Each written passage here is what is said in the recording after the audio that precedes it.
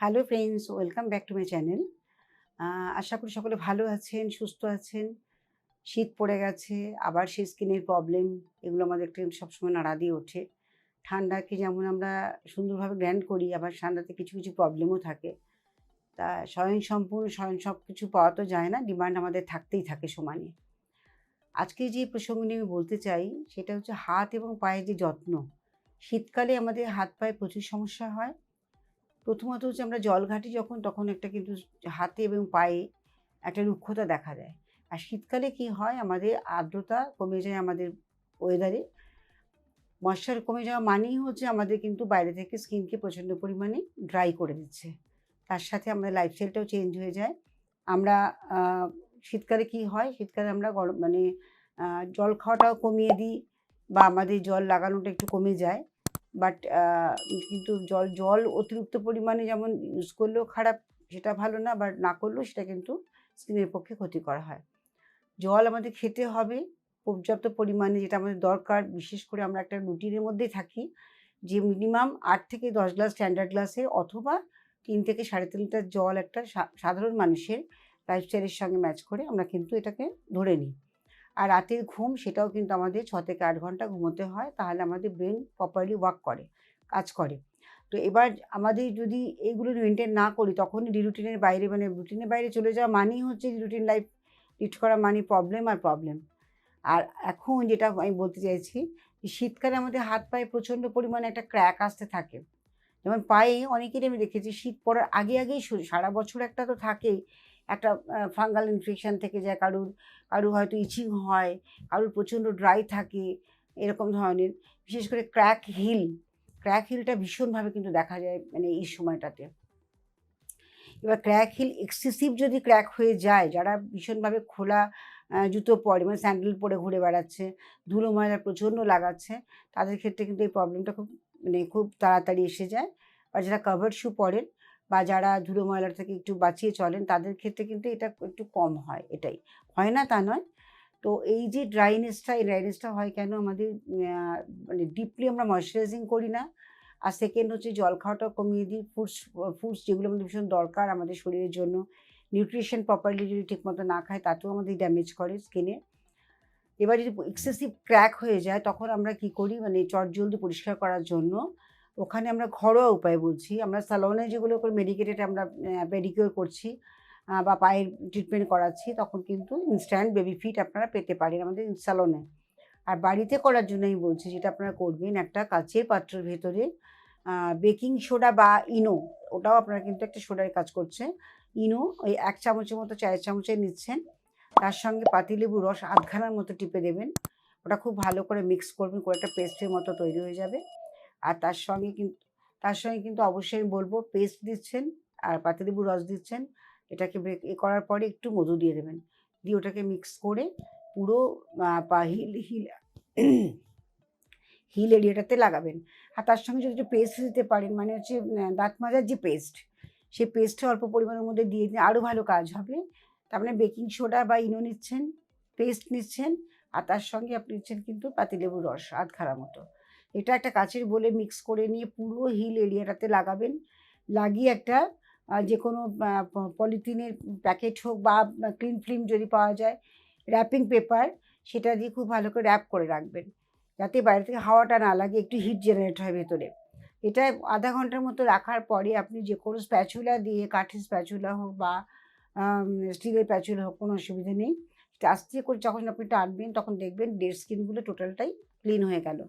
কিন্তু তারপরে যেটা রয়েছে, ডেড স্কিনটা চলে গেল, এবার আমাদের নিউ স্কিন যেগুলো আছে, সেগুলো কিন্তু বেবি স্কিনের মতো হয়, ভীষণ সফট হয়।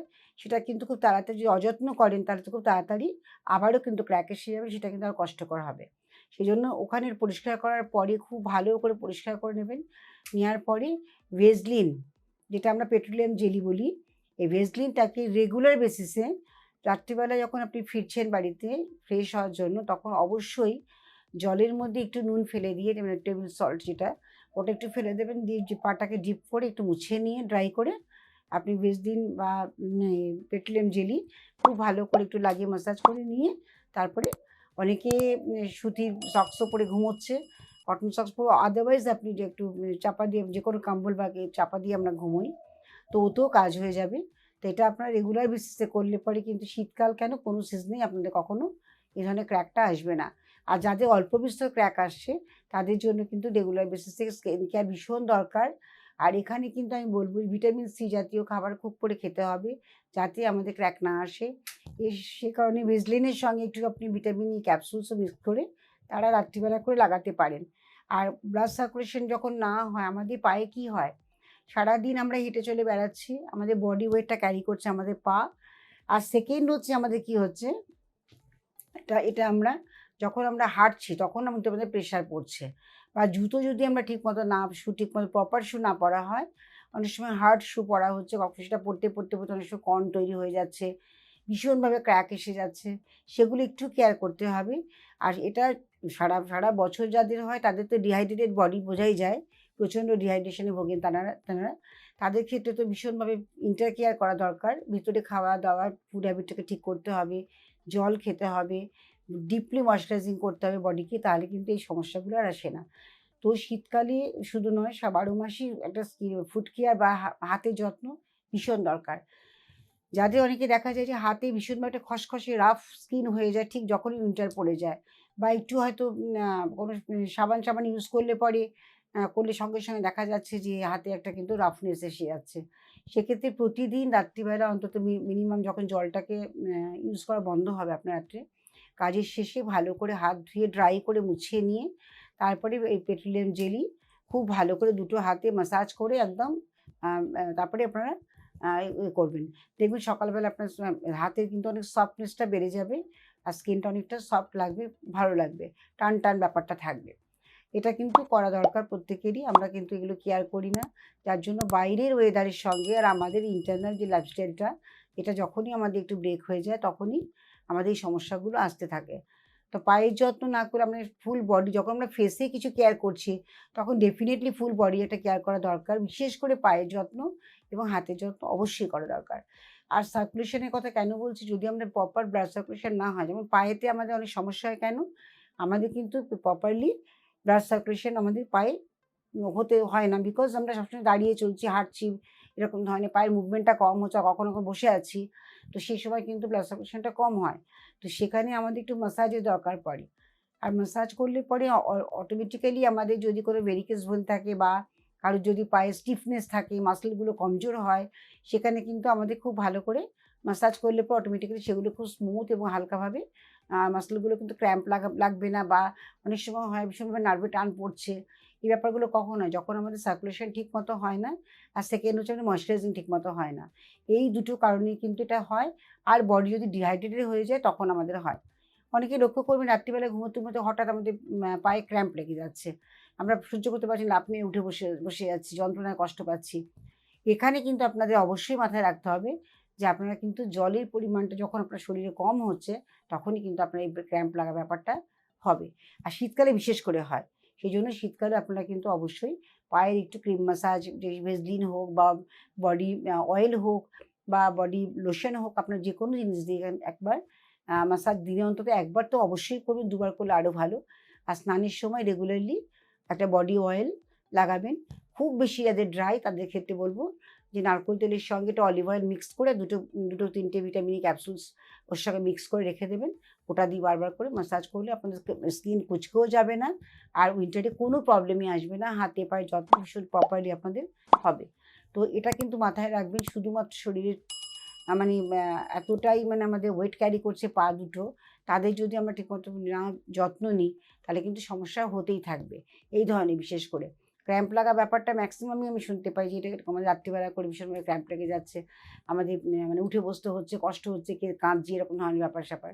তো এগুলোর থেকে বাঁচতে গেলে একটাই আপনার উপায় আছে, সেটা হচ্ছে আপনার খুব ভালো করে মানে স্কিনকে ময়েশ্চারাইজিং করতে হবে। আর জল খাবেন অবশ্যই বেশি করে, গ্রিন ভেজিটেবল খাবেন। ভিটামিন সি এবং ডি যেটা আমাদের ভরপুর দরকার, সেখানে ডেফিসিয়েন্সি হলেই কিন্তু এই ধরনের সমস্যাগুলো আসতে থাকবে। তো ভিটামিন ডি আমরা কিন্তু রোদ থেকে নিতে পারি, হয়তো সময়ের অভাবে অনেকে করতে পারছেন না। বাট একটু টাইম বের করে যে অন্তত ১৫ মিনিটও যদি আপনি রোদে বসতে পারেন, তাহলে ভিটামিন ডি এর কিন্তু অভাব হয় না। এটা কিন্তু অবশ্যই করবেন।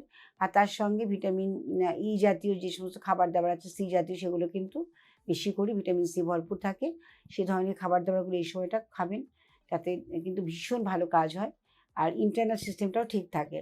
তা মানে এমনও হয় যদি আপনারা জুস খেতে চান, ভেজিটেবল জুস খাচ্ছেন, আপনার বিট, গাজর, লাউ, শসা, এরকম পুদিনা পাতা, কারি পাতা এই ধরনের সব কিছু মিশিয়ে একটু আমলা, একটু হলুদ এই সমস্ত দিয়ে একটু ভালো করে জুস তৈরি করে একটু নিজের জন্য যত্ন করা আরকি। তাহলে কিন্তু আপনার স্কিন কখনো মানে বার্ধক্যের ছাপ আসবে না এবং স্কিন ভীষণ ভালো থাকবে, গ্লো করবে। তাছাড়া ইন্টারনাল যেগুলো আমাদের ডিহাইড্রেশন বা ইমিউনিটি কমে যাচ্ছে সেগুলো কিন্তু বুস্ট হয় এই ধরনের কিন্তু জুস খেলে পরে। তো ভেজিটেবল জুস এবং ফ্রুটস যদি ঠিকমতো খাওয়া যায় তাহলে কিন্তু বয়সটা বয়স থাকে না। আর অল্পতেই আমরা কিন্তু ৬০ বছরে ৪০ দেখতে পারি। তাই না? তো ভালো থাকবে, আমার মনে হয় এটা সকলের ভালো লাগবে। কারণ ইন্টারনাল সিস্টেমের সঙ্গে একটু ব্যালেন্স করে আমরা কিন্তু হাত আর পায়ের যত্নের কথা বললাম। খুব ভালো করে শুনবেন, ভিডিওটি স্কিপ করবেন না প্লিজ। দুটো জিনিসকে ব্যালেন্স করে আপনারা ভালো থাকুন, সুস্থ থাকুন আর সুন্দরভাবে জিনিস আপনাদের যেন রিকভার করে সবকিছু। আর সেটাই কিন্তু আমার কামনা। তার জন্যে ভিডিওটি করা আপনাদের কাছে। আর অবশ্যই কিন্তু সাবস্ক্রাইব করবেন আর লাইক শেয়ার করতে ভুলবেন না। ভালো থাকবেন, সুস্থ থাকবেন। আবার দেখা হচ্ছে নেক্সট ভিডিওতে। নমস্কার।